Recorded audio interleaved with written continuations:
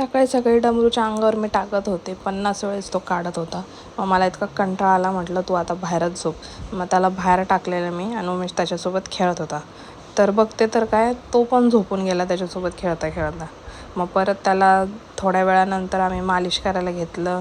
त्याची मालिश केली डमरूची. मग त्याला आंघोळ वगैरे घातली, त्याला झोपी घातलं. तोपर्यंत उमेश त्याच्या हॉस्पिटलला जाऊन आलेला. तो कुकर रिपेअर करून आलेला. मस्त त्यांनी मच्छी घेतलेली, त्यांनी घेतलेलं पापलेट.